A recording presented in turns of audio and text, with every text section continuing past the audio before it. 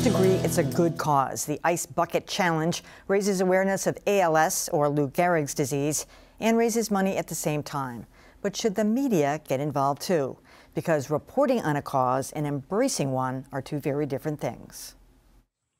The now ubiquitous Ice Bucket Challenge dares people to dump a bucket of ice water over their heads or donate money to ALS. The challenge was started by the family and friends of 29-year-old Peter Freitas. The former BC baseball star from Beverly has been suffering from ALS, or Lou Gehrig's disease, for more than 2 years. The challenge has gone viral, with every walk of life in on the act. The media has embraced the cause as well. And we don't only want to raise awareness, we want to raise some money. Raising awareness is one thing, but raising money? It's just that you never know when or if a conflict lurks around the corner. Ladies and gentlemen, buckets ready. 3, 2, 1. And now you've publicly embraced a cause.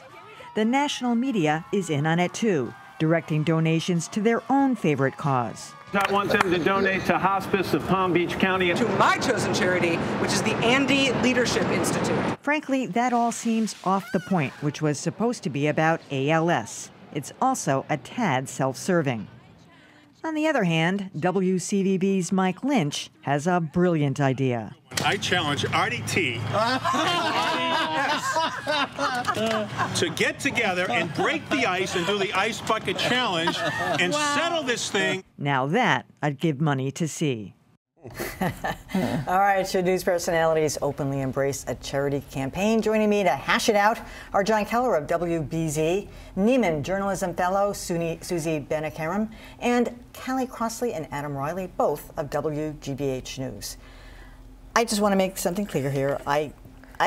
The cause itself is a good one, and Adam and I have reasons that so is the charity. And ALS is very dear to me and some people I know, so it's something I've given to for years, and I've known a lot about the disease.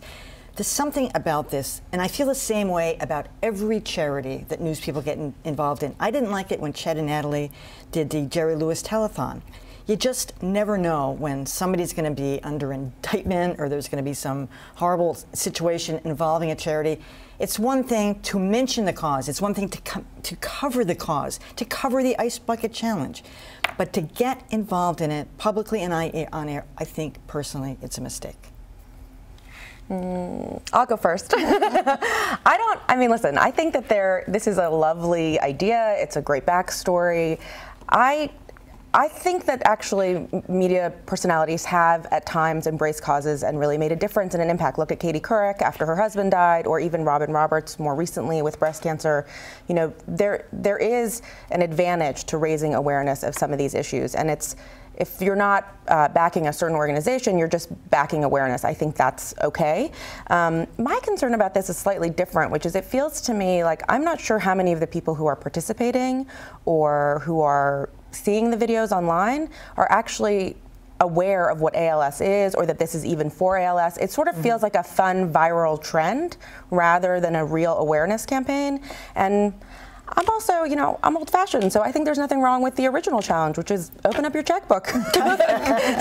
That's sort of my concern too, just to elaborate on what Emily said a moment ago. My father had ALS, and I'm really torn with this. When I saw a story shortly before we did this show about how there's been this major uptick in donations, which is great, But I totally agree with you that it gets removed from the original cause at a certain point and just becomes something people are doing because it's a way to get people to pay attention to you, maybe brand yourself in the case of reporters, and you know, see yourself called out on social media. And that makes me uncomfortable. It also turns ALS awareness and ALS into something that's sort of fun and wacky and communal, and the disease itself is not fun or communal at all. It's you know, incredibly terrifying and disheartening and isolating.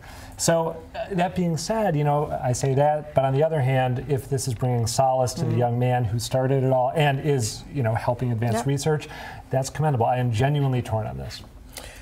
Well, I think there's a line, and I can't quite say where it is, because well before this challenge, ABC, NBC, and I believe CBS, actually all three of the networks signed on to do Let's Raise Money for Cancer. And this was inspired by Katie Couric, where they just shut off all their programming for a night. These are all the major news personalities, and because of Katie Couric coming out of her husband's specific illness, now, and the whole goal, they were pitchmen all night. Send the check in, do whatever. So that's happened. That's happened more than once. So you got that.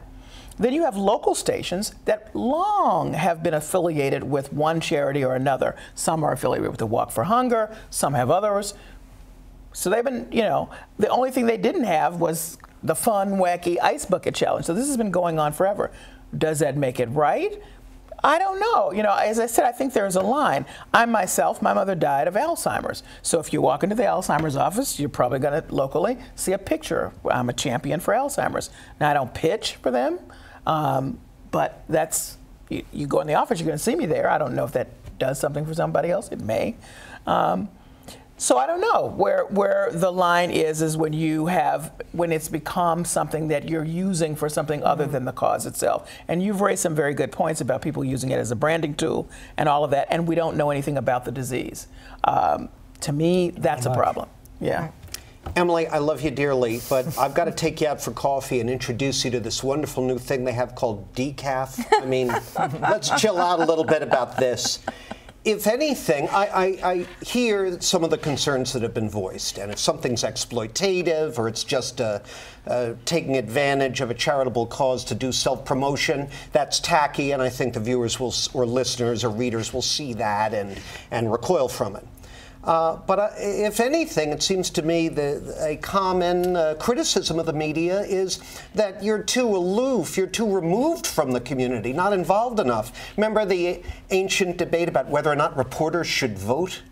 I mean, of course we should vote. How can we function as news gatherers and as figures in the community without being part of the community? Yes, there are lines that have to be preserved, but if anything, I'd like to see more of this kind of community involvement, tastefully done, and let people at home decide if they think we go too far. They'll let us know. I'll think it over. I'll buy. How's that?